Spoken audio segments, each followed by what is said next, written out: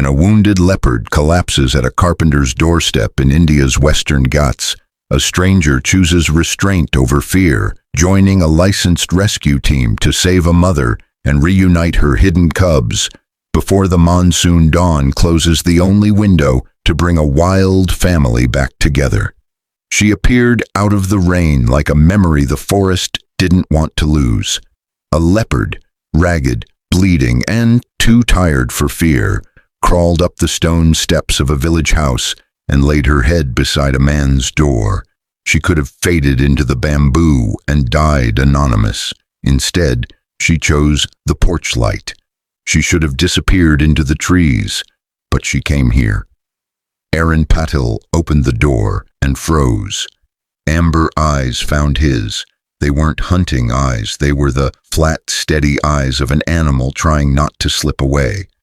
She breathed fast, sides fluttering, tachypnea. Her body tilted to one side, the position rescuers call lateral recumbency. Monsoon rain threaded down her whiskers.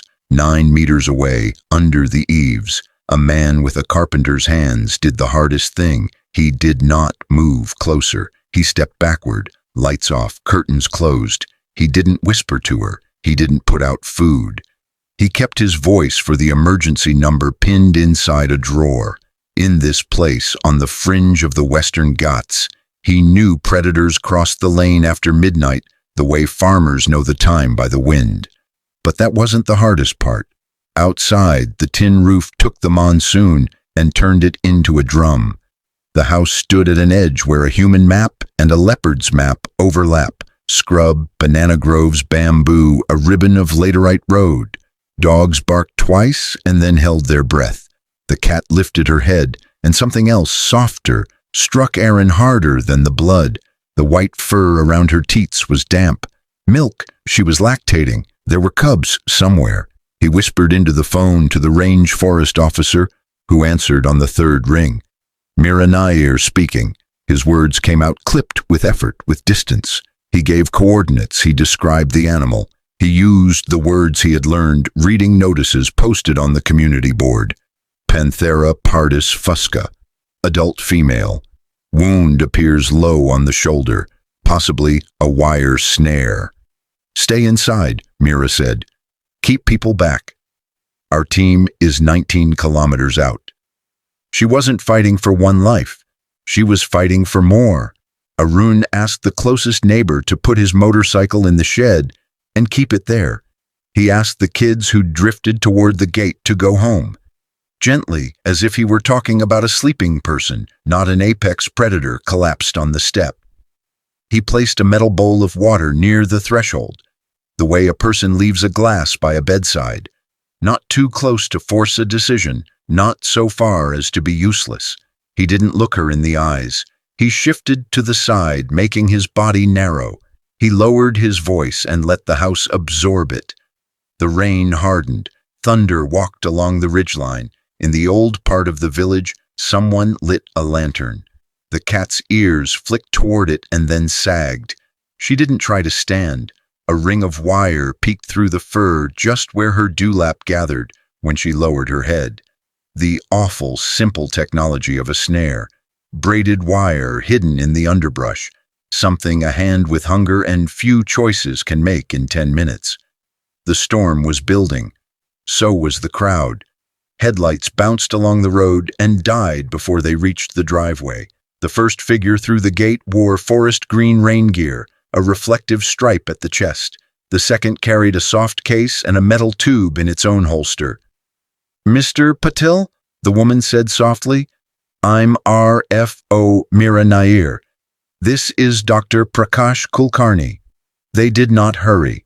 They moved in clean arcs that did not cut across the leopard's line of sight.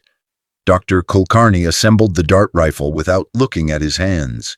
He watched the chest rise and fall, measured the distance, gauged the angle, calculated the dose of medetomidine and ketamine the way a pilot calculates fuel before a storm. "Everyone back 50 meters, Mira said. "No flashlights, please. Phones away."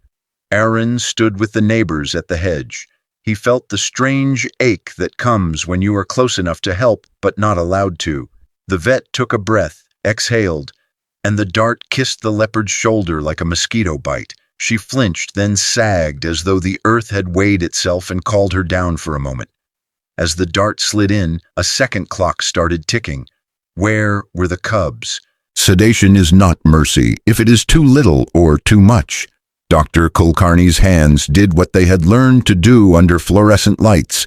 Far from this rain. Check palpebral reflex, gingival color, tongue moisture, pulse rate. He placed a soft mask near her muzzle and ran oxygen at a trickle. A trank tech slid in with supplies and retreated like a tide. A line slid into a foreleg. Lactated ringers at a controlled drip. The vet injected meloxicam for pain and broad-spectrum antibiotics to guard against infection that travels faster than any truck in the wet. They patted the wound edges, snipped the wire, and cleaned the cut until the smell of rust lifted. "Snare," he said quietly. "Clean cut." Not as deep as it looks. Rain thudded on the tarp they'd opened over her like a small sky, but saving her wasn't the only rescue. Mira studied the damp fur at the belly. "She's fresh," she murmured. "Cubs are near." She turned to Arun. "Where do mothers hide their young? Around your house. Bamboo behind the old well, culverts along the path. There's a lantana tangle by the mango stall," he said. His voice surprised him with how steady it was. "Sometimes at the culvert near the school." "Then that's where we start," Mira replied. They split. One team stayed with the mother. Another fanned out along the road, their headlamps capped to dull the glare. A volunteer in a cap unfolded a thermal camera, FLIR, so the night would stop being purely dark. The rain tried to erase the prints as soon as they were made. Arun followed Mira, careful to step where she stepped. They whistled without sound, the way trackers do to hear if any sound comes back. 2 battles at once, saving a mother and finding the voices she couldn't answer. On the tarp, under a light clipped low, the vet threaded suture through skin, the needle curved like a crescent moon. He worked through the small electric world of a portable monitor's green line. 90 minutes. He had that, maybe less before the sedatives needed their reversal. He shaped the edges, left space for drainage, and secured the line. He stopped the bleeding that had seemed so huge when the rain first hit it and revealed itself to be something smaller, survivable if the infection didn't sprint ahead. Half a kilometer away, the world narrowed to the length of a culvert. Mira set her ear to the concrete. The rain smothered sound. Then a thread of it lifted, a faint, breathless mew, a kitten sound, but not a kitten. It was the soft cry of a leopard cub who had not yet learned silence. They saw the eyeshine first. Tiny twin coins, low and still. Mira gestured to the driver to bring the soft crate. Arun knelt, gloved hands open. He remembered a lecture he'd sat through in the schoolyard once, where a biologist with sunburnt cheeks had explained that felids know each other by scent, not by face. Olfactory recognition, he had said, more than visual. Conrad Lawrence's imprinting theories belong to birds, not cats. Don't talk to them. Don't let them learn your voice. Wear gloves. Scent mask with the mother's bedding if you can. But would she accept them after human scent and hours apart? The first cub came out in a shiver of mud and fur. The second was under the lantana, thorns catching the light like wet glass. Both were too small to be alone in weather like this for long. Someone tucked a scrap of the mother's fur, shaved for the IV, into each crate to confuse the world with something that felt like home. By then, the vet had closed the wound and stabilized her. He lifted the mask and watched her tongue color, like someone reading a shoreline to see where it's safe to land. "We need to transport," he said to Mira as she returned with the crates. "The reversal will bring her up in 15 minutes. We don't want her waking on the porch." They chose the mobile clinic parked just outside the gate. A van with shocks, built to bear weight, and a floor that could be washed free of stories. They moved the Leopard the way rescuers move time, slowly, evenly, as if everything might come apart and everything might stay together if you breathe right. The sedative reversed with a tipamazole, like a second hand clicking forward. The road to dawn was long and the river was rising. The plan had two parts: stabilize the mother at the rescue center, 12 kilometers downhill, and reunite the family at first light in a controlled pre-release pen closer to the forest edge. The monsoon did not care about plans. A drain choked on leaves and sent water across the only bridge on the direct route. The driver turned to the longer road, adding 18 minutes to a clock they could not lengthen. Inside the van, the vet sat with his hand resting lightly on the Leopard's side, feeling the beat that is not a human beat at all, slower, stronger, older. He watched her paws flick, checked her pupils, measured the flicker of REM when her brain reminded her of what it had been before the wire. Outside, the rain hissed on banana leaves and spread the smell of wet earth through a world without windows. At the clinic, just a bright room at the back of a ranger station, the air thinned to smells that belonged to humans again. Chlorhexidine, clean metal, coffee left too long on a hot plate. They transferred her to a low table and adjusted the IV, set to a rate that answered a body that had been losing water to more than rain. Night would decide, but they couldn't wait for night to end. Hours mean different things to a creature with cubs. Mira radioed the team at the house and told them to bring the crates to the clinic for scent masking and warmth. Minimal handling, she said, her voice carrying the promise in an order. No voices near them. In the front room, someone turned off a television with a cricket match frozen in a bright final over. The cubs' mews braided with the sound of rain and the small beeps of a machine that didn't quite know what a leopard was but knew how to read heart rate. Arun sat on a bench outside and pressed his palms together without naming why. He had not touched the cat. He had not touched the cubs. He felt as if he had been held anyway by a story that had reached his door and refused to skip him. But even miracles need paperwork and permits. A cluster of forms lived on a clipboard in Mira's waterproof bag. Wildlife Protection Act protocols require documentation the way a river requires banks. She initialed the sedation dose, the wound care, the cub's retrieval. She called it a soft release and requested a pre-release pen, a BOMA, outfitted with a gate that could be opened remotely.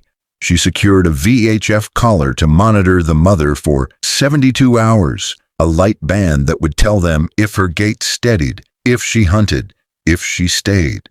Dawn was scheduled by the Earth for 5:48 Indian Standard Time.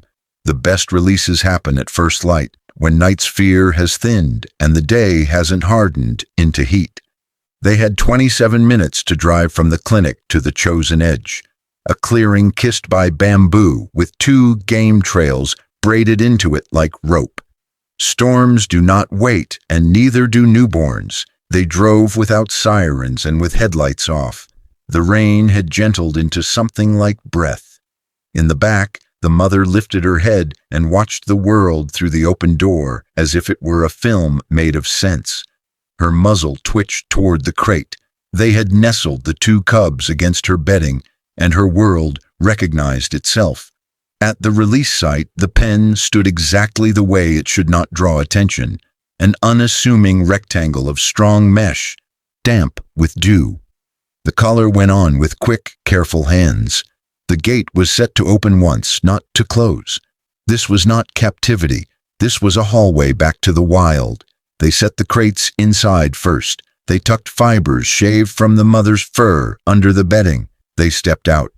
Then they wheeled the mother in, opened her carrier, and retreated behind the screen like stagehands who understood they were not the actors. Would she accept them or reject them for the human scent they carried? She lay with her head down for a long moment. breathing in the air the cubs had moved through. The first cub crept toward her shoulder. The second pressed against her belly and pawed for a nipple with a patience older than rain. There was a small sound, a chuff so low it belonged more to the chest than the throat. The cub found milk and the world tilted toward life. Arun watched from a ridge above the pen, unseen, a statue carved by weather. Relief did not arrive with trumpets. It arrived like a muscle unclenching slowly, across a face, across a bank of cloud, across a field where the dew finally decided to be morning. The gate would decide what happened next. They held the moment longer than a moment needs, the way people hold the last note of a song. Then, when the collar's pulse showed a steady beat and the cubs' bodies arranged themselves around their one country, the vet nodded. Mira pressed the release mechanism. The gate shifted and swung wide, not swaying enough to look like a trick. The Leopard stood. Her gait, there it was, the word rescuers use that feels both clinical and intimate, looked clean. She gathered them with a sound like a breath held, and then released. She stepped into the half-light. Bamboo leaves brushed her spine like hands that wanted to bless and knew not to. She thanked them in the oldest way, by disappearing. For 3 days, phone speakers buzzed with the soft staccato of VHF pings. Mira's team mapped a moving dot across a little mosaic of scrub and orchard and young teak. Camera traps triggered by a whisper of motion caught her crossing a stream at night. A gauze of rain between her and the lens. On the second day, a photo froze her with a small chital fawn held high. The kill-carry step sure, the arc of her back the geometry of a creature designed by time. Arun went back to work. Planer on the bench, sawdust on his forearms like snow. He found himself stepping lighter in the lane, as if the earth might bruise. There was a mark on the doorway where her head had rested. He did not wipe it away. Microhook. The wild had crossed a boundary, and so had he. People in the village talked. They asked him what it felt like. He said, "It felt like being asked not to do something." A local paper printed a short piece with a photo of a gate and a line. "Do not approach wildlife." The kids on the lane began to hold their dogs' leashes closer when the wind shifted. A biologist came by with a stack of photos from camera traps. She showed him the mother's tail, kinked at the end, a tiny identifier swishing against a rock. She pointed to the cubs' faces. "They won't remember the lights," she said. "They'll remember her smell. That's what matters." She told him that taurine in a mother's milk grows brains and eyes. She told him that felids don't imprint the way goslings do. Conrad Lawrence, she said, was right about geese. He was not talking about leopards. Still, certainty is a luxury rescues don't have. On the third night, a tailless wind took the rain higher up the mountain, and the VHF signal drifted from the clearing toward a more tangled green. The team watched their maps and smiled without showing their teeth. This was the pattern you wanted to see. Short loops expanding into longer loops, a sign of a home range reknitting itself. A week later, a ranger found a loop of wire strung low along a game trail and took it down without anger. He put it in a sack with others and turned them in. The sack looked small. It was not. Some rescues begin with wire and end with an idea. If there was a miracle in any of this, it wasn't that a leopard knocked on a door. It was that a man in a place where fear could have been louder chose to call someone who knew what to do. It was that a team drove through rain with the right drugs and the right forms and the right humility. It was that a wild mother, wired by evolution to keep her distance, tolerated human smell because something in her had measured her options and found one narrow path through. 3 weeks afterward, a camera trap caught the mother moving at a trot, cubs cantering behind, their tails held flag high. Her shoulder flexed without hesitation. Her coat, once matted with rain and blood, caught light like metal underwater. Trust is not a pet word. It is a bridge built to be crossed once. Arun's porch looked the same. The bowl stayed by the steps for passing dogs when the heat got mean. He had learned something that surprised him. Restraint has a taste. It tasted like rain you don't drink because it isn't yours, like breath held until the right moment, like gratitude offered to no one and everyone at once. He told one story more than any other, not the drama, not the dart or the bridge or the gate, this part. At the beginning, I thought I might pick up a stick, he said, and people's faces blanched because they knew what he meant. Then I thought about what fear asks us to do and what respect asks us not to do, so I did nothing, and that allowed everything else. The hardest help is the help you don't give. Months later, the monsoon loosened its hold. Bamboo clicked together like beads. Somewhere above the ridge, a leopard moved like light between leaves. No one knew if she ever looked at the house again. That was as it should be. No one waited by the door. But for those who were there that night, the ranger with the calm voice, the vet with steady hands, the neighbors who kept the lights off and the phones away, a small reframing settled into place. The boundary between our world and theirs is not a wall. It's a membrane.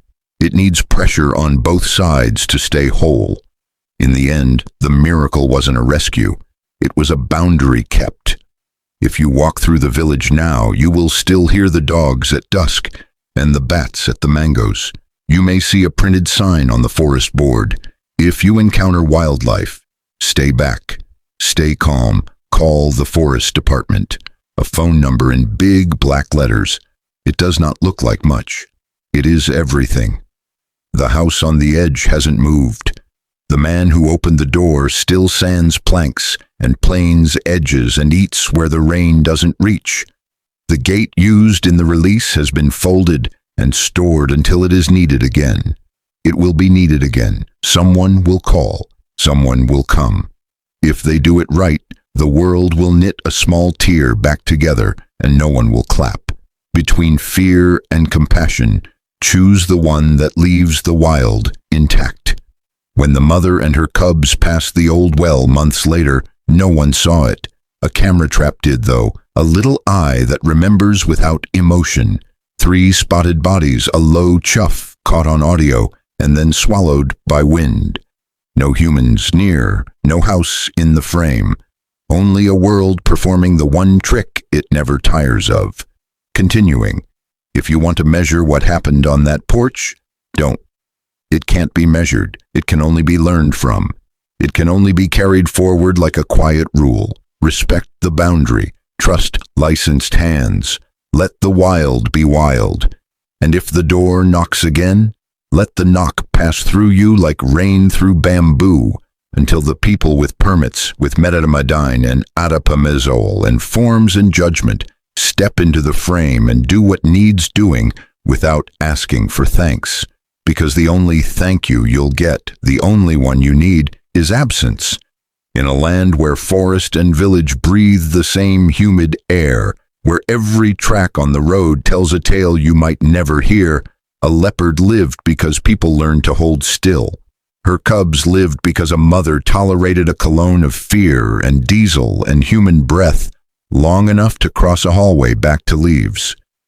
If you think that's simple, you weren't there. If you think that's complicated, you're right. At first light, you can stand in a lane and look toward the ridge, where bamboo, banana, and teak make a quilt a cat could disappear into in 3 steps. You can listen to the softest sound, a world that is still capable of surprise, and you can carry that surprise like a promise, never to break the membrane for a story, never to trade safety for spectacle, never to trespass on a life just because it is beautiful. Subscribe for more stories like this and watch next. The night a stranded elephant calf was lifted from a tea garden well and found its herd again with the same respect, the same permits, the same boundary kept.